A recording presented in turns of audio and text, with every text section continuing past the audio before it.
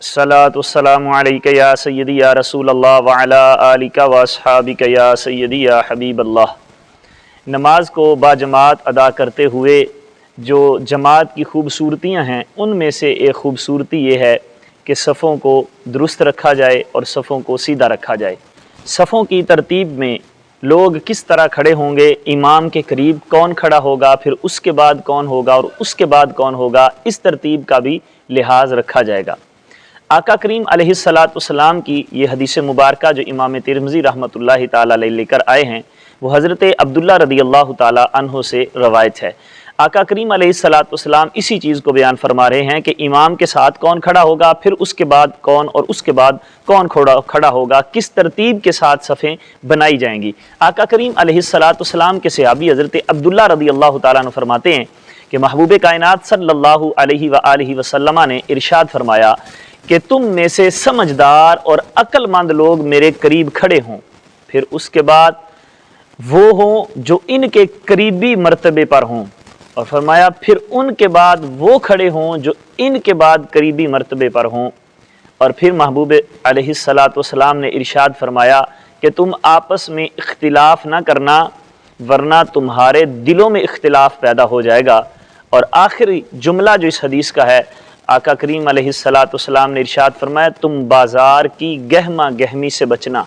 आका करीम अलैहिस्सलाम ने जो लफ्ज़ इरशाद फरमाए उन पे गौर कीजिए। पहली बात जो महबूब कायनात सल्लल्लाहु अलैहि वसल्लम ने इरशाद फरमाई वो ये है कि हुजूर ने फरमाया समझदार लोग और अक्लमंद लोग मेरे करीब खड़े हों।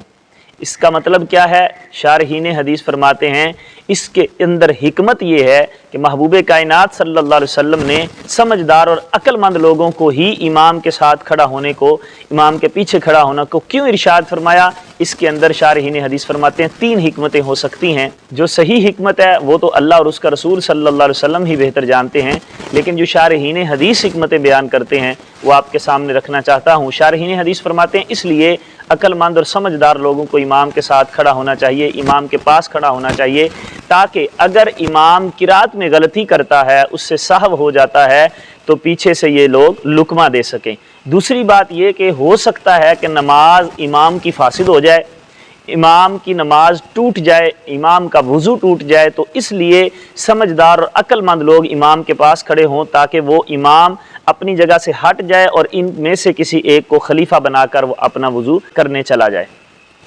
और तीसरी हिकमत इसमें यह हो सकती है कि आका करीम अलैहिस्सलाम ने फरमाया कि मेरे पास समझदार और अक्लमंद लोग खड़े हुआ करो। इसमें हिकमत यह है इसलिए कि समझदार और अक्लमंद लोग हुजूर अलैहिस्सलाम के फेल को देखकर, हुजूर अलैहिस्सलाम के अमल को देखकर महफूज कर लेंगे, उसे याद कर लेंगे और फिर आगे लोगों तक उस अमल को पहुंचा देंगे कि महबूब कायनात सल्लल्लाहु अलैहि वसल्लम नमाज को इस तरह अदा करते थे, नमाज के अंदर ये सूरत तिलावत करते थे।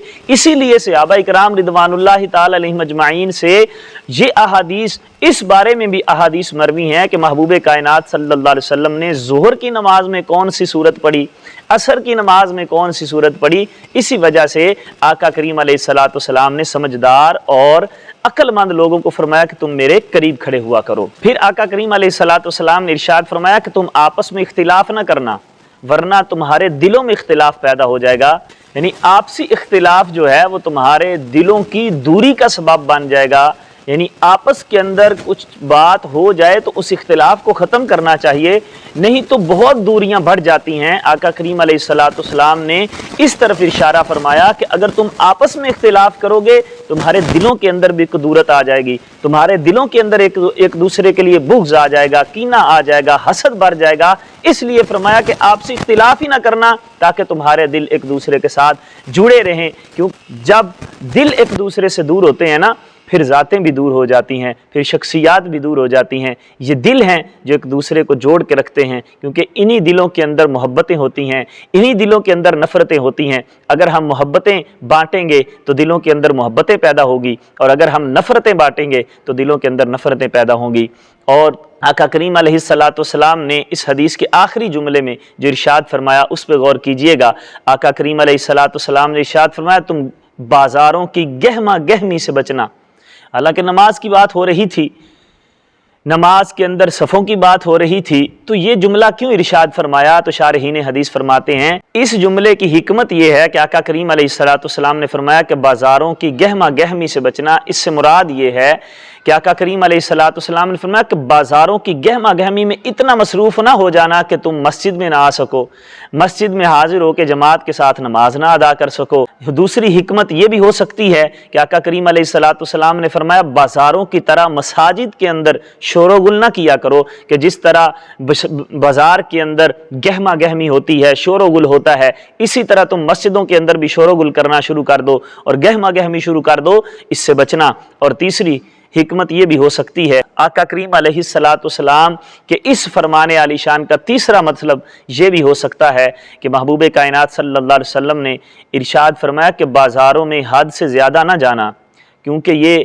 برے مقامات ہیں، مساجد اچھی جگہ ہیں، تم بازاروں کی گہما گہمی سے بچنا اور اپنے رب کے حضور مسجد میں آ کے کھڑے ہو جانا، جماعت کے ساتھ نماز ادا کرنا۔ اس لیے حضور علیہ السلام نے یہاں ارشاد فرمایا کہ تم بازاروں کی گہما گہمی سے بچنا۔ اللہ تبارک و تعالیٰ کی بارگاہ میں دعا ہے اللہ کریم ہمیں توفیق عمل عطا فرمائے، آمین۔